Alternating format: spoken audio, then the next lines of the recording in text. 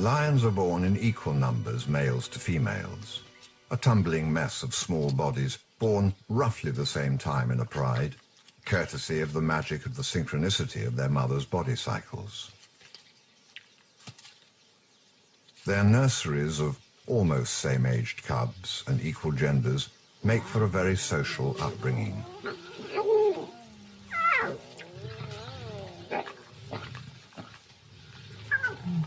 It's a training ground, a playing field, a time when lifelong bonds are developed, bonds that may one day be the foundation of a strong brotherhood to fight for territory.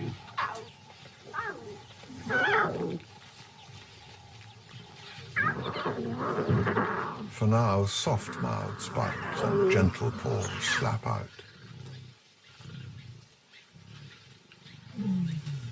At this age, any young male that is more adventurous will attract accidents. A heavy rock may be an innocent toy, but dropping on his tender paw and this young male might just become an early victim. A small male learns here that when someone ambushes you, someone else has your back.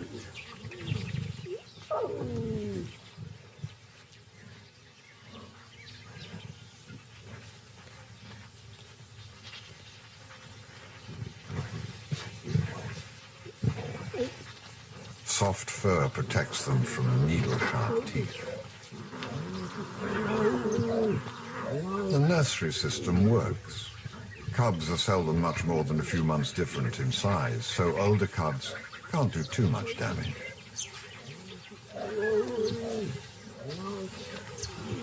The danger now is that cubs can sometimes get picked on and played to exhaustion. It seems as though mothers have developed a surprising protectiveness to male cubs in particular, perhaps understanding that the odds are already stacked against them. So ironically, because of this protectiveness and perhaps a more robust style of playing, little males slightly edge out the female cubs. By 3 months, male cubs often outnumber their sisters.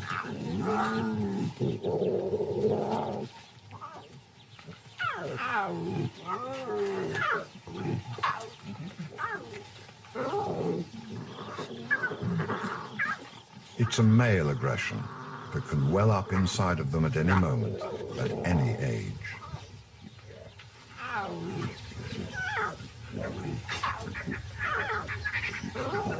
A fully grown female collapsing at the wrong time on a cub 1/10 of her size might be the end of him.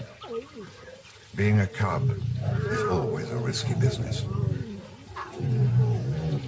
If there is a loner looking out at the horizon, it's probably a young male looking to his future. Will he be number 1 or number 7? A survivor or a lost nomad? Across the grassland, across whole countries, this outcast is a perfect example of why most cubs are born at roughly the same time in a pride.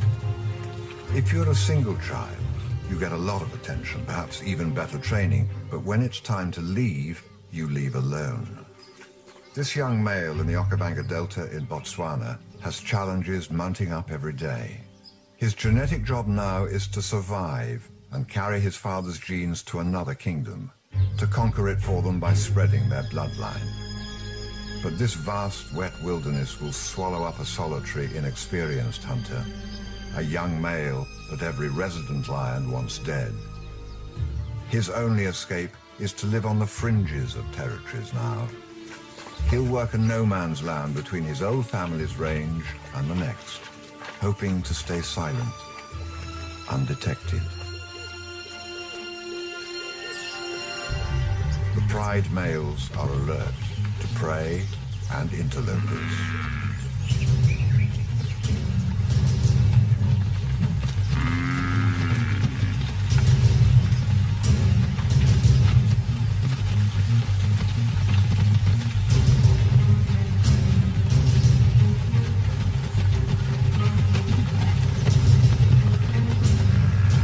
Male lions are not well adapted to the hunt. Their manes are territorial flags, not camouflage in the long grass. So when the herd breaks away, the buffalo target the dark-maned male. It's like a deadly hit and run. A sharp thrust into the side punctures a lung.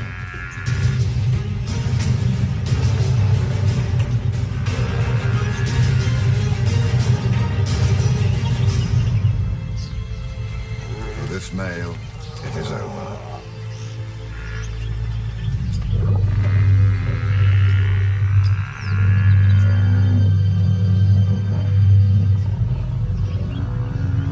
Rages on, its combatants oblivious to the fallen male and also to the young castaway watching the family he once was a part of. As they chase down and wrestle a buffalo to the ground for a feast at which he would once have been a favored guest, now he can only watch.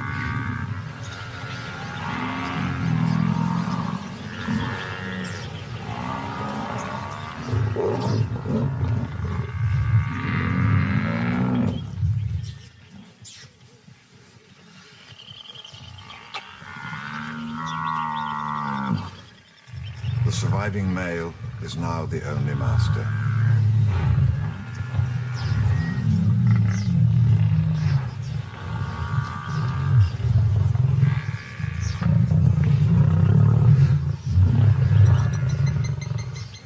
This is how the young nomad will eke out his small living. He will wait for the family to cause chaos and for them to become too engaged in their own more immediate business to take notice of him. The water has always been an uncomfortable place for him. All cats tackle the dark waters with caution. Crocodiles use it as their hunting ground.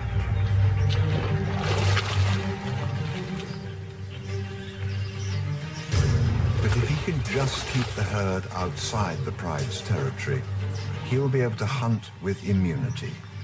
If he manages this badly, though, and they turn back into his father's land, the opportunity will have been lost. He sets up a one-lion blockade, though not with much confidence. If he can frighten the herd away with a roar, he will have a little more time. But roaring will definitely attract his father, so he does something quite sneaky. He almost whispers his roar to the buffalo, making sure it doesn't reach the pride. But then, an opportunity he could not have predicted. A buffalo calf was born during the chaotic chase and crossing.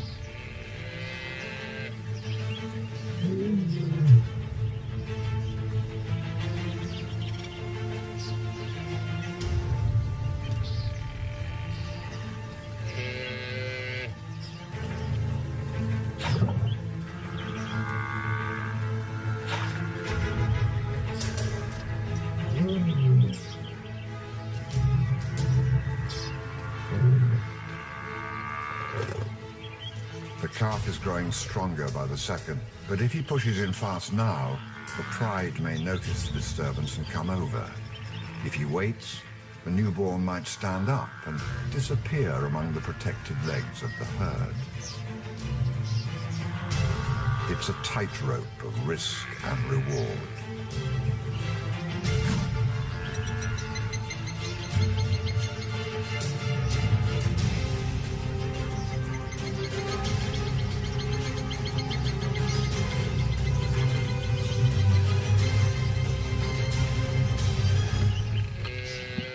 It was a game well thought out and executed. Virtually under the nose of his new nemesis, his own father. Buffalo hunting is a skill he might just develop as his speciality. So will this be this young male's future? Condemned to a life of loneliness and high risk?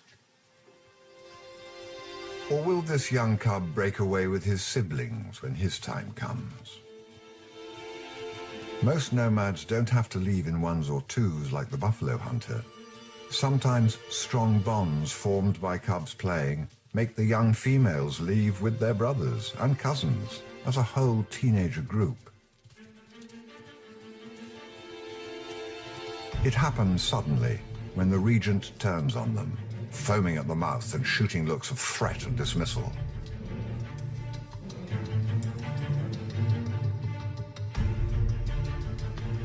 But as they show the first signs of adolescent rebellion, he won't tolerate them in his territory one more day.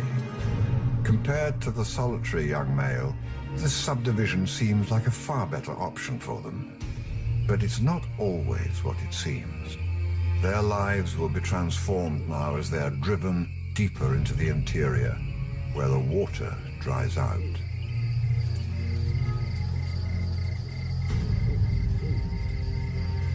Lions lose condition fast. Ironically, their strength in numbers is now their weakness. Further from the water, prey is scarce. A fully grown impala antelope lasts under 12 seconds and is devoured so fast that any latecomer gets nothing at all.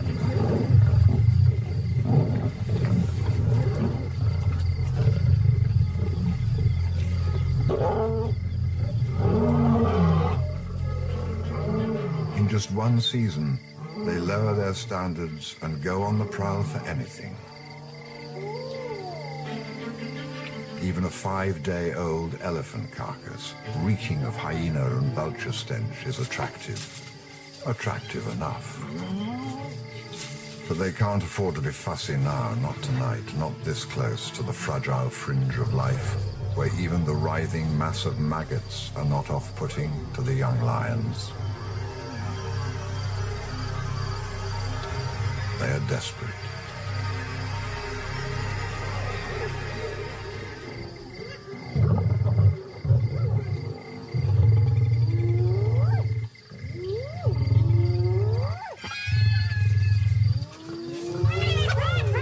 It's a token defense, a feeble attempt at dominating the carcass, and just a game for the lions.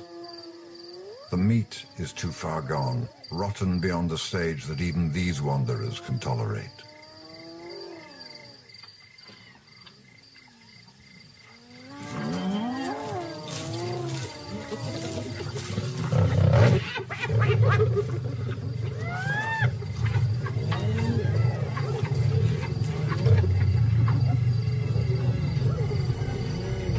And when finally they leave, the months of fighting over scraps and eating putrid remains wherever they can find them thins down their numbers one by one.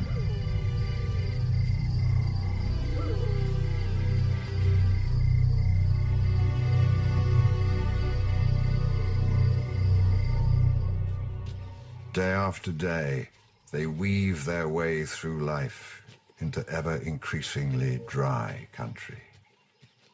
Fate cast these youngsters out at just the wrong time of the year for them, into the dry season when the searing heat drains the last moisture from their bodies.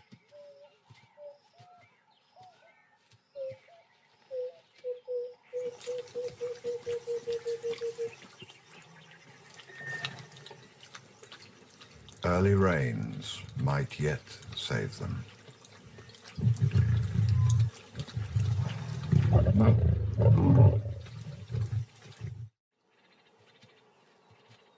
Of the original 12 nomads in this group, only 3 will make it through the first season.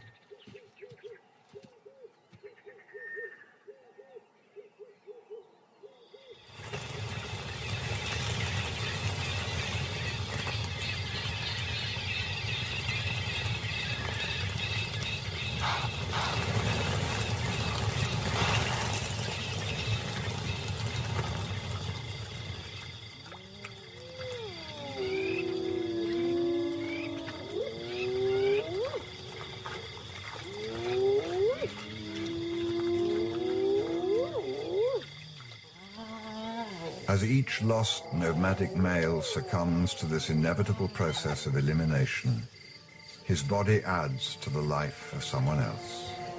It is the harshness of this incredible system that makes it so beautiful.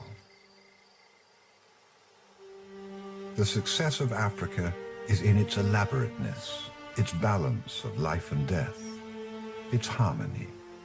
For every dark shadow, there is a shaft of light. a prize for those who want to reach for it. Of all the stages of males' lives, this nomadic phase is the one that most determines their fate. Those lost wanderers that make it out of the wilderness will be hardened and beaten, but alive, the ultimate survivors ready to rule. And which will he be? A lost loner or a nomad in a group whose success seemed assured, but became victims to competition?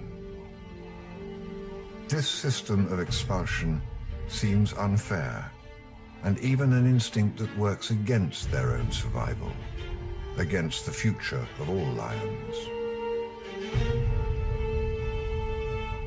Some prides, like this one that lives along a river hundreds of lion territories to the north in East Africa, hold their grown cubs in the family a little longer, perhaps too long. A large female is keeping a secret and no one notices. She's been hunting with the pride at night and sneaking off during the day. Actually, she has 3 secrets, all 10 days old, hidden a good distance from the hunting grounds in the dense bush of a small river. She has given birth to cubs out of sync with her sisters, so she has to be more attentive. She can't add her cubs to a nursery like they all did, and she often has to miss out on the hunt. At this time of the year, zebras and wildebeest are heading south and close to where the cubs are hidden. She must conceal them, and she has to do it alone.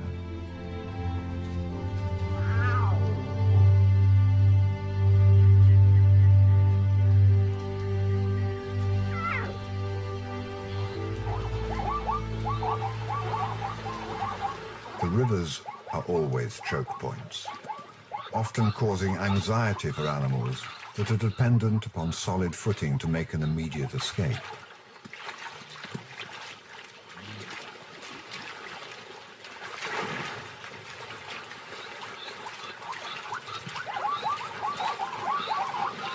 Predators know these vulnerabilities and often listen for the splashes of water and frantic calls of their prey as family members get separated and they lose focus on their surroundings.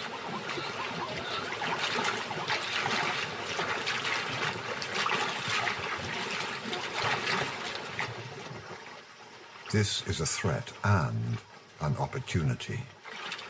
Zebras have sharp hooves and the herds bunch together in the thick bush at these crossings.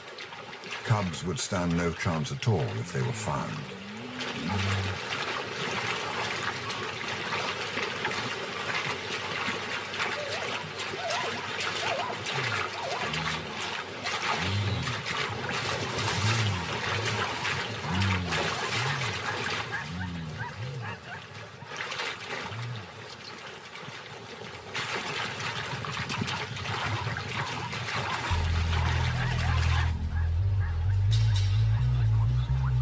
But she missed out on last night's kill, and so she takes a calculated risk as the herd moves away from the den site.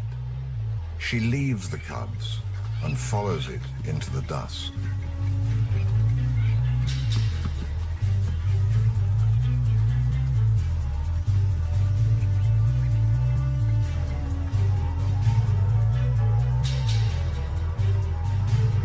The further into the night they move, the better it is for the solitary nocturnal hunter, disguised in the grass, hidden by the noise and the darkness.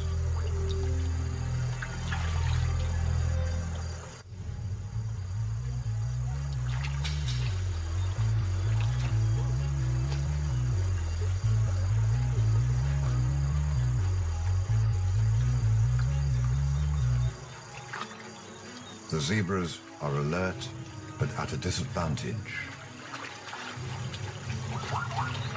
The lioness springs her trap.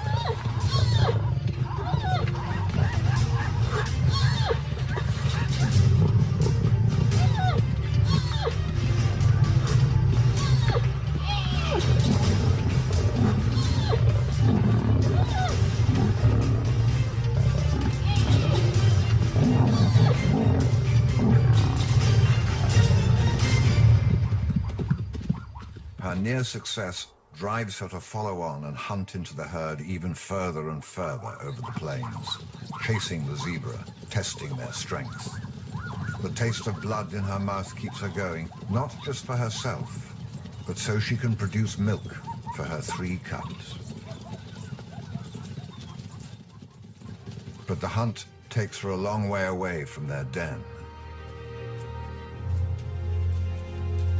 It is not uncommon for single mothers to be away for hours, even days.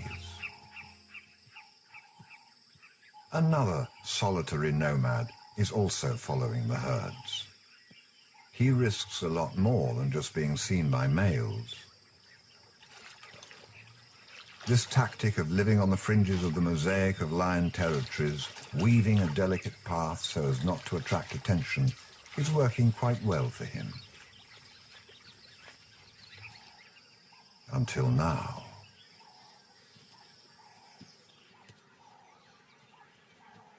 By following the zebras and not paying enough attention, this young male has walked into trouble. The large female's pride from the river. The adolescents are out just spoiling for a fight.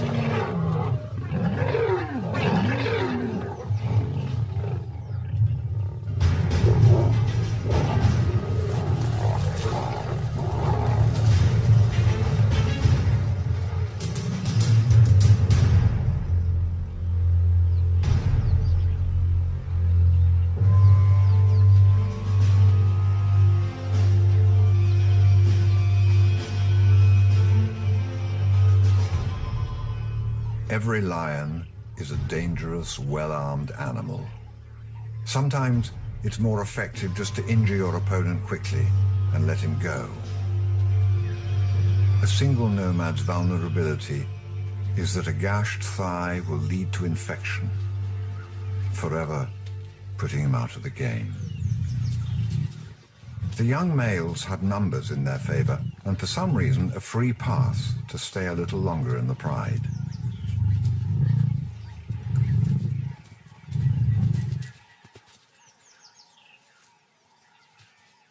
Adolescent males are always up to something. The river pride has 7 of them. They spot something in the grass. And they want it.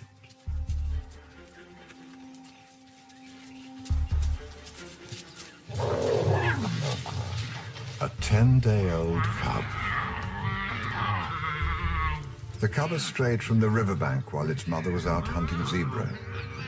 This fragile being, new to the world, has never before seen a fully grown lion other than his benevolent mother. This rough and tumble must be totally confusing.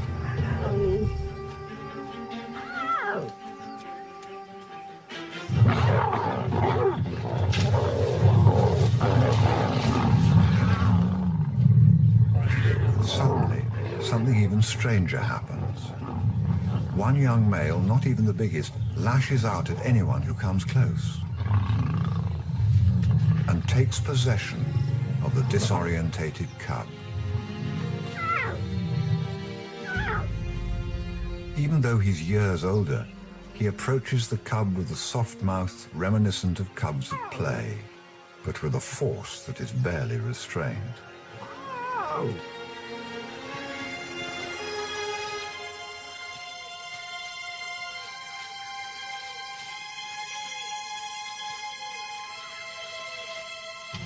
A second cub is on the move, heading for the thicket. But she's going nowhere.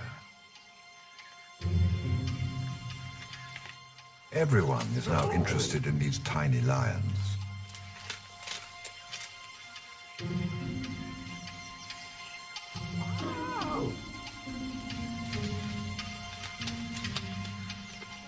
Some instinct tells her she needs to escape now. The mother is on her way home, blissfully unaware.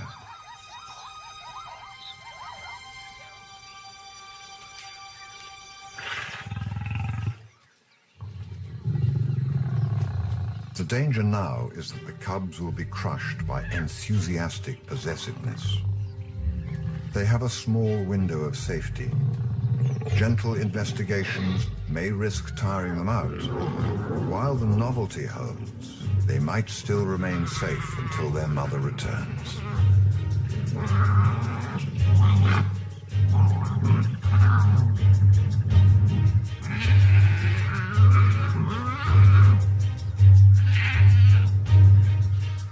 With this much tension, something is going to break. Someone will get hurt.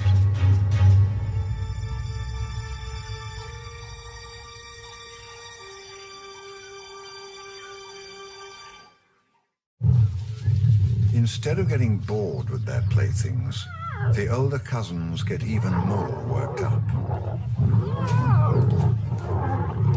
The caretaker male fights off anyone who touches his cub and crushes the little body under him.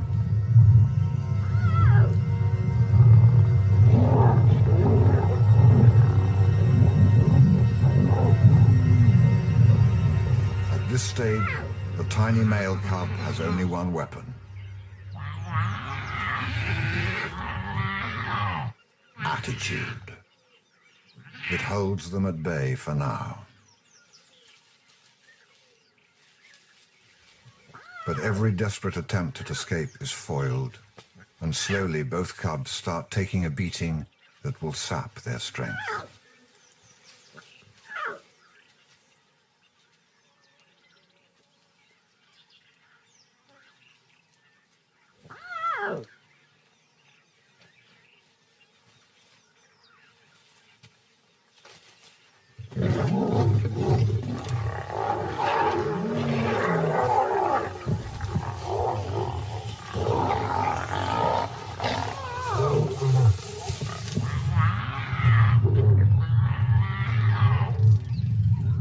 Over the next 5 hours, 2 of the 3 cubs are played with, bitten, and fought over.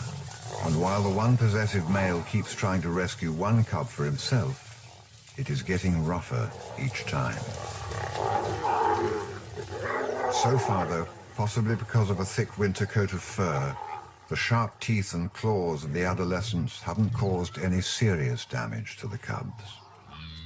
She's still a long way off.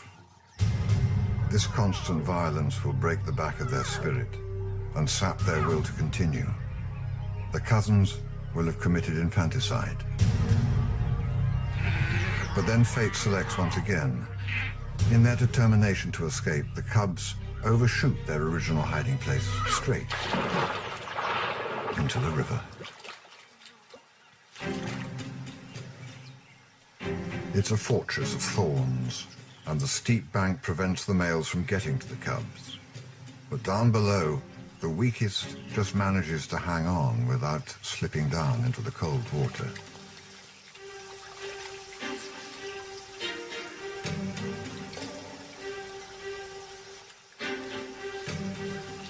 He is determined to get to the cubs.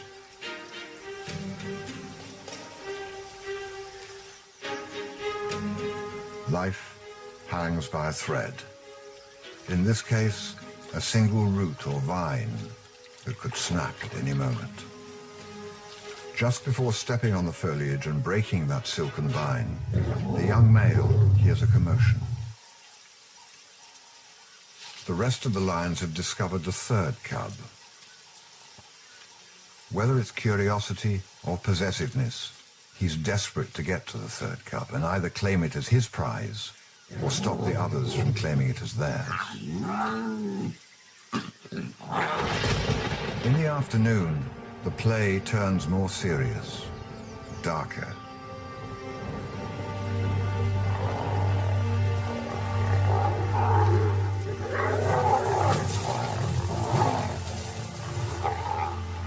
It's had enough. Too many heavy bodies pulled at it from every direction and fought over it for too long.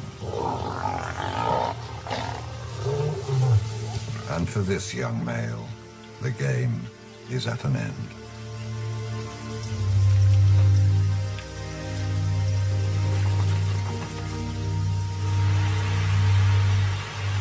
The the rain further upstream turns the river cold, it starts to rise, flooding steadily towards the thicket, where the two survivors lie entangled in the undergrowth, already half submerged.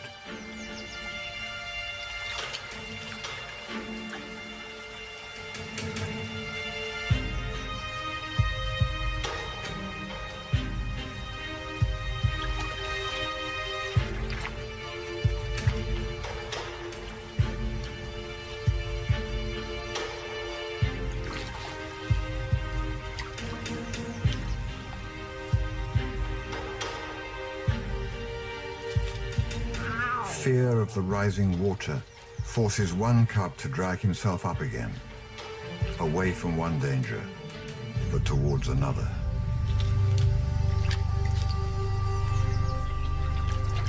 The second cub barely has the strength to move. He clings desperately to twigs and vines, but as he struggles, more of the soil that anchors his precious lifeline is washed away beneath him.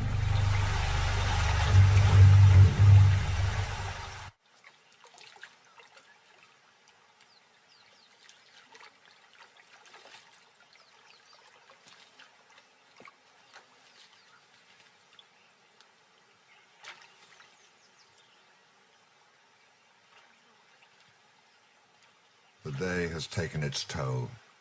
She has no energy left. But then, suddenly she finds the strength from somewhere. Her mother is back. She must quickly move the one cub she has found to higher ground.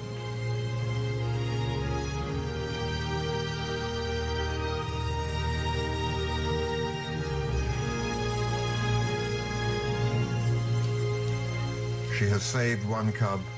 Her next instinct is to move it away from the water and hide it from the adolescents.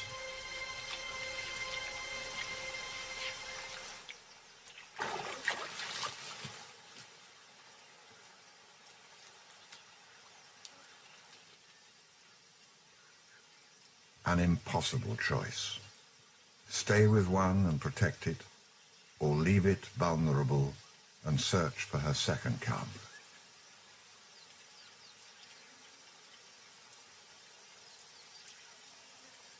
Especially while those males cannibalize one of her cubs right in front of her. What conditions make some of these cubs survive and not all of them? All share the same genes, the same experiences. So is it all chance?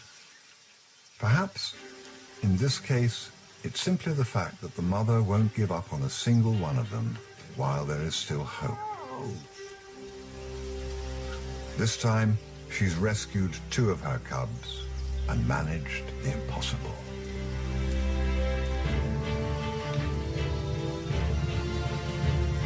But this is exactly why young males are thrown out of the pride at a certain age. They start to cannibalize the very core of the family itself, its future. When she returns, she knows what has happened to the third cub, a male, her legacy to this game of lions. She can smell how his story ended. But as she approaches, growling her anger, her loss, her displeasure, she sends a more defining message, that the 7 adolescents' time as family members is over.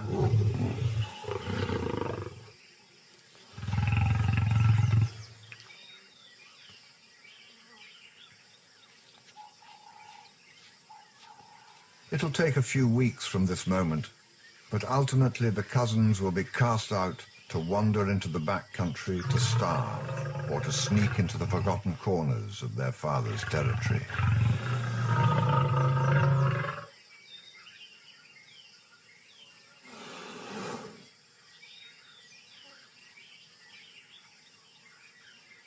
Only one of these 7 males will make it to adulthood.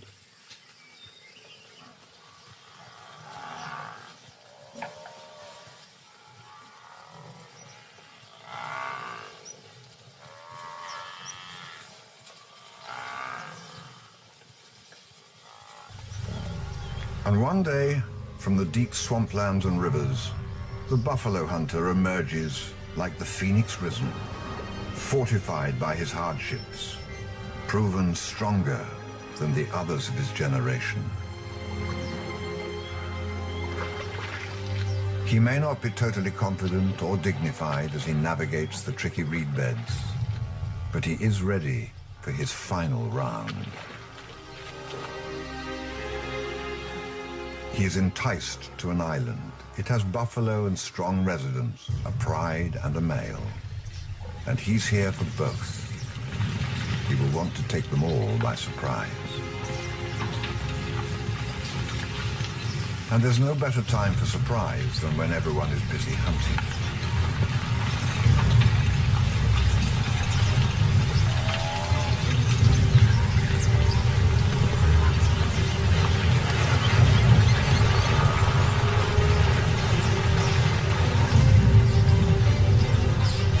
He bides his time and attacks.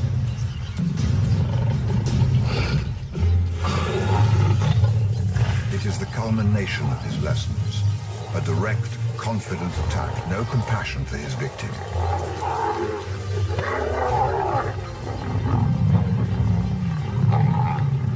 Draw first blood and draw it fast. Hit hard and step back. His first order of business is to slay or fight any lion he sees, male or female. It defines his intention. It states his dominance. He is here to win. This is the game of kings, the game of lions, the game that has made them icons of Africa, fearsome symbols of nobility and power for millions of years. It is what we humans have revered and modeled ourselves on since ancient times.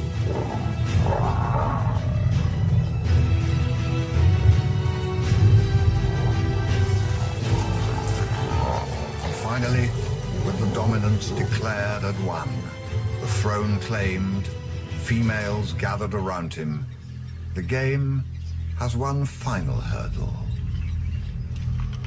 This one does not select the weakest, those destined not to make it, but carefully selects the strongest, the biggest, the best. Of the 20,000 lions left in the wild, less than 3,000 are males that make it this far. Each year, 600 of those battle-weary warriors, survivors of this arduous game of kings, are shot for sport and recreation. Today, we have more statues of lions than we have real lions. Unless we change our values very soon, we'll have only these cold, empty eyes to remind us how much we have lost.